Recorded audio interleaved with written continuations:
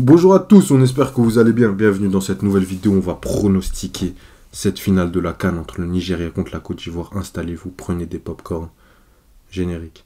Bonjour à tous. Oui, pour Ribéry qui va arriver devant Casillas. Vas-y mon petit. Il a le premier but de Ribéry. Bonjour à tous.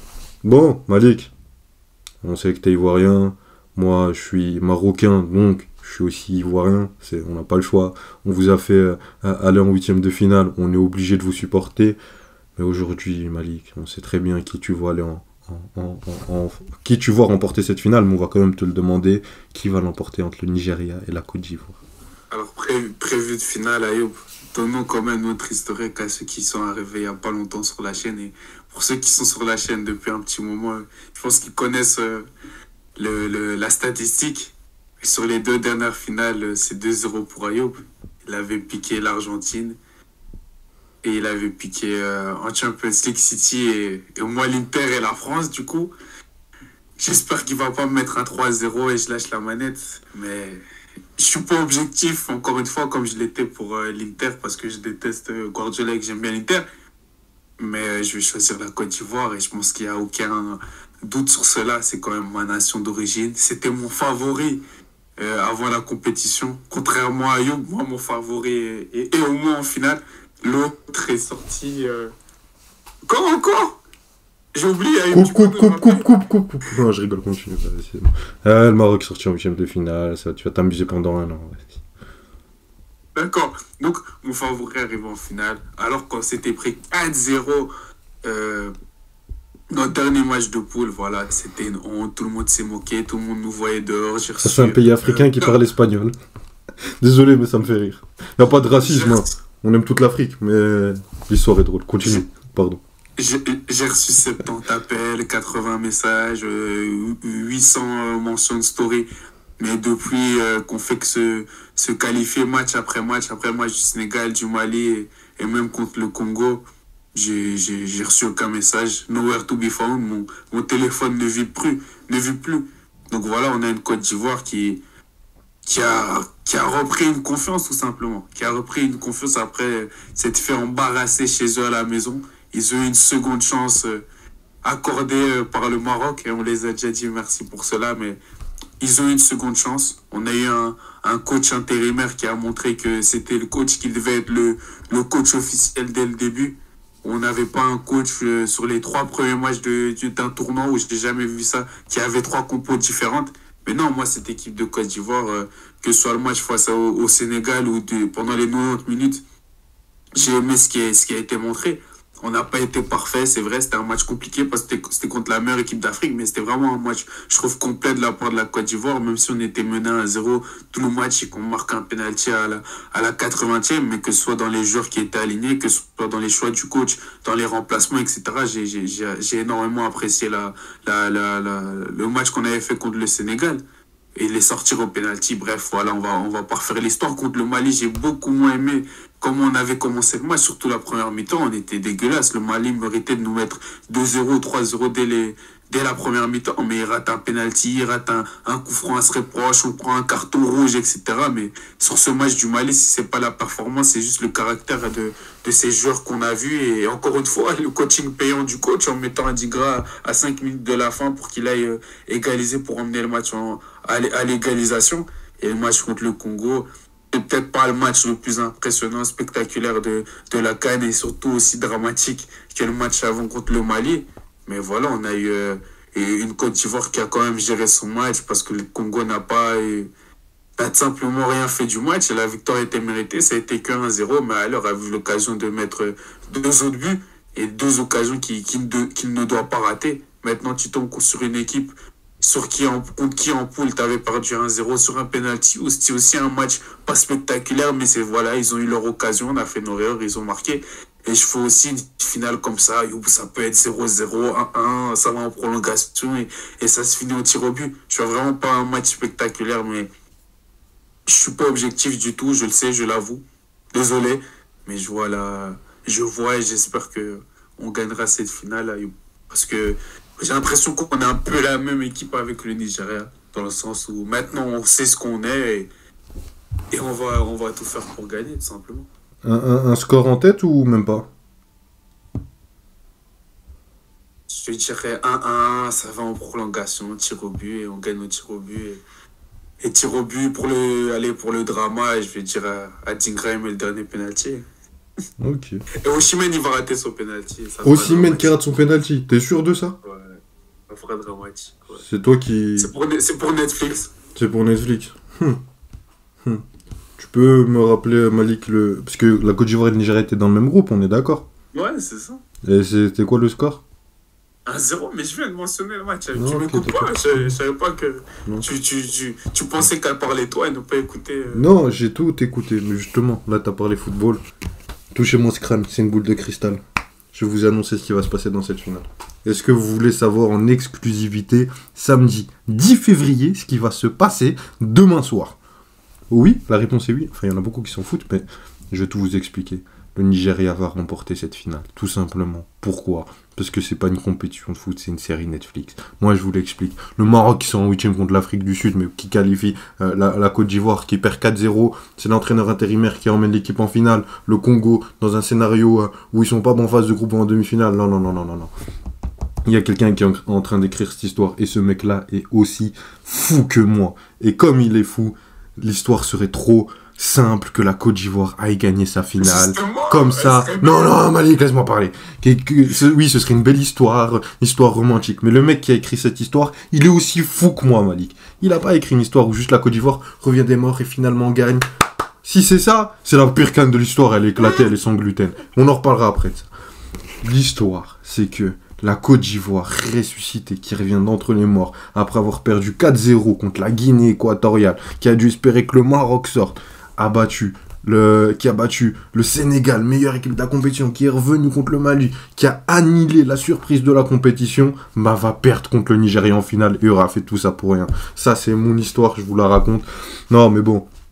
Maintenant qu'on a bien rigolé, on va un peu parler de football. Je suis très sérieux sur mon pronostic parce que je pense que allez, la Côte d'Ivoire est revenue d'entre les morts et a fait un excellent travail contre le Sénégal, même si c'était peut-être pas la meilleure équipe. Je trouve qu'elle a quand même fait de belles choses et a su se relever, surtout mentalement, c'était très compliqué et a su battre cette équipe du Sénégal au bout du bout. Contre le Mali, ils reviennent bien, mais déjà là, on a vu des manquements dans le jeu, des temps faibles où ça aurait pu être crucial pour la Côte d'Ivoire si on avait eu un meilleur Mali en face. Et une demi-finale contre le Congo où je suis désolé, mais il y avait deux équipes qui n'avaient clairement pas le même niveau. Où je pense vraiment que les éléphants étaient supérieurs. Maintenant... Et le Nigeria alors, leur concurrent pour arriver en finale. Non, mais je te dis pas que...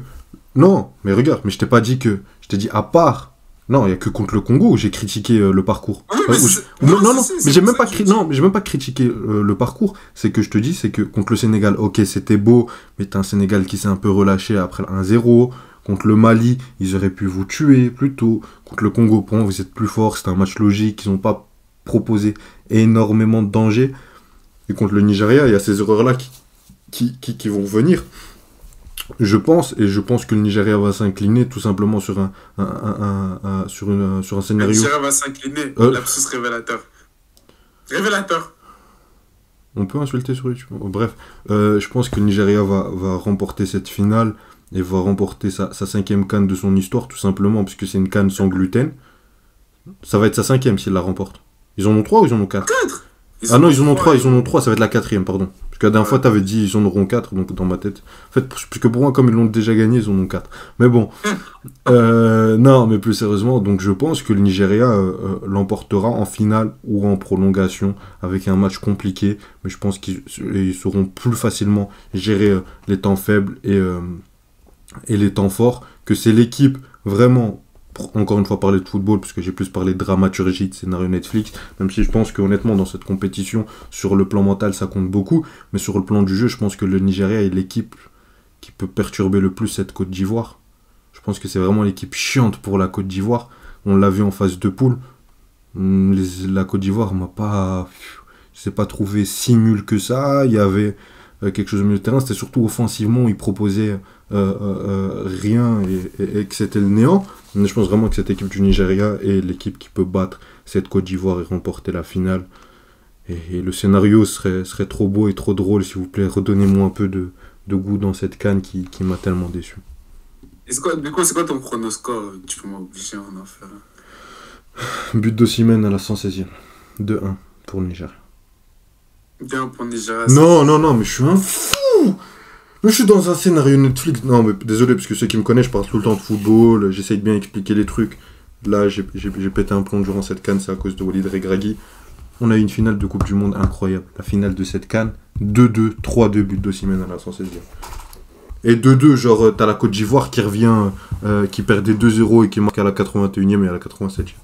Voilà, sans exclusivité. Pour les mecs qui aiment bien la dramaturgie, vous allez kiffer ce match, moi je vous le dis.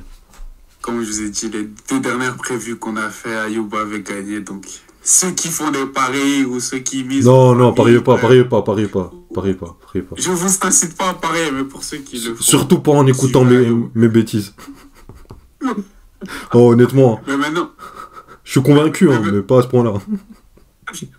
Mais moi, maintenant, je te dirais, Ayoub, allez, je sais pas si c'est plus pour me convaincre qu'autre chose, mais il y a une différence par rapport au premier match, parce que déjà, il y a l'aspect, bien sûr, que nous, on sera revanchards parce qu'on a déjà perdu contre en poule, mais il y a surtout l'aspect où, au match en poule, il n'y avait pas 2 joueurs qui ont fait quand même très, très, très bonne différence, mais contre le Congo, même si tu trouves que c'était une concurrence moindre, bah, c'est pour ça que je t'ai parlé, c'est pour ça qu'à ce moment, je t'ai parlé du parcours du Nigeria, parce que ce soit ils ont joué contre qui en 8e? Que ce soit contre l'Angola en quart, en 8e, je sais plus. Je veux dire ça mais maintenant.